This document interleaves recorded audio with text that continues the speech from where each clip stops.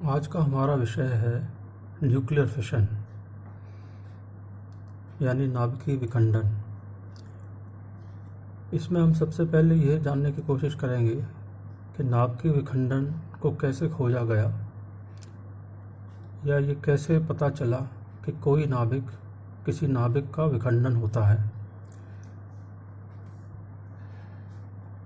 बहुत पहले जब लोगों ने साइंटिस्ट ने ये कोशिश की कि ऐसे एलिमेंट्स बनाए जाएं जो ट्रांस यूरेनिक हैं, यानी जिसकी प्रोटॉन नंबर यूरेनियम के प्रोटॉन नंबर 92 से ज़्यादा होता है। इस कोशिश में उन्होंने यूरेनियम को न्यूट्रॉन से बम्बार्ड किया। फर्मी ने 1934 में यूरेनियम को स्लो न्यूट्रॉन से बम्बार्ड किया, ये मानते हुए कि जब ऐसे नाभिक न्यूट्रॉन को एब्जॉर्ब करेंगे तो एब्जॉर्ब करने के बाद ऐसे एलिमेंट बनेंगे जिनकी प्रोटॉन संख्या 92 से ज़्यादा होती है। जो प्रोसेस उन्होंने एक्सपेक्ट की वो इस तरह थी कि यूरेनियम 238 को न्यूट्रॉन से बम्बार्ड किया गया, ये कंपाउंड न्यूक्लियस बना और उसके बाद उसमें से गामा रेज निकली तो 92 यूरेनियम 239 एक अनस्टेबल न्यूक्लियस बना। चूँकि ये अनस्टेबल है इसलिए ये एक बीटा पार्टिकल को इमिट करता। तो नेक्स्ट जो नाभिक बनता उसका प्रोटॉन नंबर होता 93। फिर अगर बीटा पार्टिकल निकलता तो नेक्स्ट जो एलिमेंट बनता उसके नाभिक में होते 94 प्रोटॉन्स, और नेक्स्ट अगर बीटा पार्टिकल फिर निकलता तो Z=95 का नाभिक बनता या एलिमेंट बनता। तो इस तरह बीटा पार्टिकल्स इमिट होते जाएंगे और यूरेनियम से हैवी न्यूक्लियार्ड्स बनते चले जाते हैं।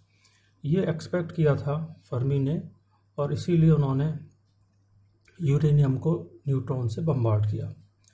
परंतु 1938 में हान एंड स्ट्रासमैन जो साइंटिस्ट थे, इन्होंने ये पाया कि इस प्रोसेस में जब हम यूरेनियम 238 को बम्बार्ड करते हैं या यूरेनियम 235 को बम्बार्ड करते हैं न्यूट्रॉन से, तो उन्होंने देखा कि एक तो बेरियम बनता है यानी जिसका प्रोटॉन नंबर 56 है, और दूसरा क्रिप्टोन बनता है जिसका प्रोटॉन नंबर 36 है, और इन दोनों को अगर हम ऐड करें तो ये 92 के बराबर होता है जो कि यूरेनियम का प्रोटॉन नंबर है।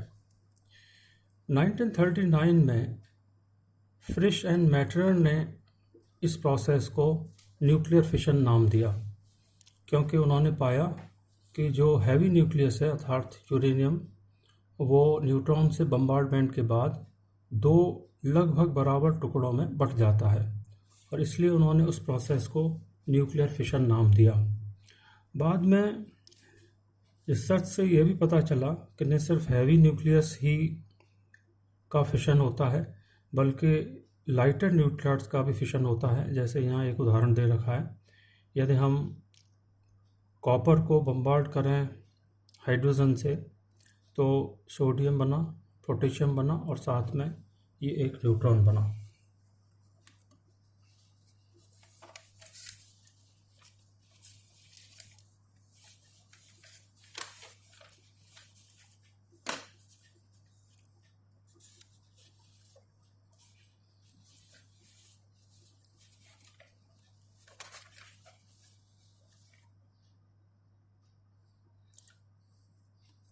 तो एक्चुअली न्यूक्लियर फिशन प्रोसेस क्या है?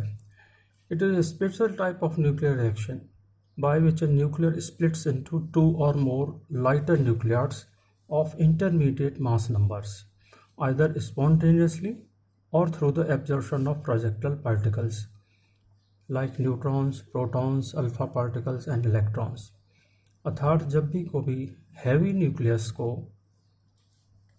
न्यूक्लियस का जो फिशन है वो दो तरह से हो सकता है, या तो अपने आप विखंडन हो जाए, वो इतना ज़्यादा अनस्टेबल हो कि स्पॉन्टेनियस फिशन हो जाए, अपने आप को दो भागों में विभाजित हो जाए, या अगर वो बहुत ज़्यादा अनस्टेबल नहीं है तो ऐसे हैवी न्यूक्लियस को अगर हम neutron, proton, alpha particles, electrons और भी इस तरह के लाइटर पार्टिकल से अगर बम्बार्ड करते हैं तो ये संभावना है कि वो हैवी न्यूक्लियस दो भागों में बट जाए जिनका द्रव्यमान लगभग बराबर होता है।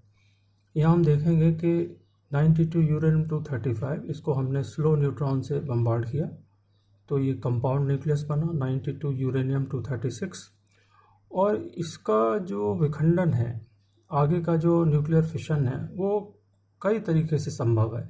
यहाँ दो पॉसिबिलिटीज़ को शो किया गया है, जिसमें पहली पॉसिबिलिटी में स्ट्रॉन्शियम और जीनॉन ये फिशन प्रोडक्ट के रूप में बनते हैं, साथ में दो न्यूट्रॉन मिले। ये जो न्यूट्रॉन हमको मिल रहे हैं ये फास्ट न्यूट्रॉन्स हैं, जिनसे बम्बार्ड किया जा रहा है वो स्लो न्यूट्रॉन है। जो न्यूट्रॉन हमको मिल रहे हैं वो फास्ट न्यूट्रॉन्स हैं, और साथ में हमें कुछ एनर्जी मिलती है। दूसरी पॉसिबिलिटी है जिसमें मोलिब्डेनम और जीनॉन बने, साथ में दो फास्ट न्यूट्रॉन मिले और एनर्जी मिली। ये जो प्रोडक्ट हमें मिल रहे हैं या जितने नंबर ऑफ न्यूट्रॉन्स मिल रहे हैं ये इस तरह मिलते हैं जिससे कि ये पूरी रिएक्शन दोनों साइड में बैलेंस्ड हो, यानी मास नंबर दोनों लेफ्ट हैंड साइड और राइट हैंड साइड में बैलेंस हो, और प्रोटॉन नंबर भी राइट हैंड साइड और लेफ्ट हैंड साइड में बैलेंस हो। यहाँ पर ये जो फिशन फ्रेगमेंट्स मिल रहे हैं ये अनस्टेबल होते हैं, और अनस्टेबल होते हैं इसलिए स्टेबिलिटी को अचीव करने के लिए ये बीटा पार्टिकल्स को इमिट करते हैं। तो यहाँ हम एक एग्जांपल ले रहे हैं जीनॉन का, कि जीनॉन से चूँकि वो अनस्टेबल है बीटा पार्टिकल निकला, सीजियम बना, फिर एक बीटा पार्टिकल निकला, बेरियम बना, और ये प्रोसेस बीटा एमिशन का तब तक चलता है जब तक कि last product, last nuclide stable हमको न मिल जाए। तो जो भी फिशन फ्रेगमेंट्स हैं बेसिकली वो रेडियो एक्टिव होते हैं because they are unstable and they will emit beta particle till they convert themselves into a stable nuclides. यहाँ ये जो न्यूट्रॉन्स मिल रहे हैं, जैसा मैंने पहले बताया, ये फास्ट न्यूट्रॉन्स हैं, और जो हम न्यूट्रॉन दे रहे हैं फिशन प्रोसेस के लिए वो स्लो न्यूट्रॉन्स हैं। इस बात को हम आगे के टॉपिक में डिस्कस करेंगे कि न्यूक्लियर फिशन की प्रोबेबिलिटी स्लो न्यूट्रॉन से ही ज़्यादा क्यों होती है, फास्ट न्यूट्रॉन्स को हम क्यों फिशन प्रोसेस के लिए यूज़ नहीं करते। धन्यवाद।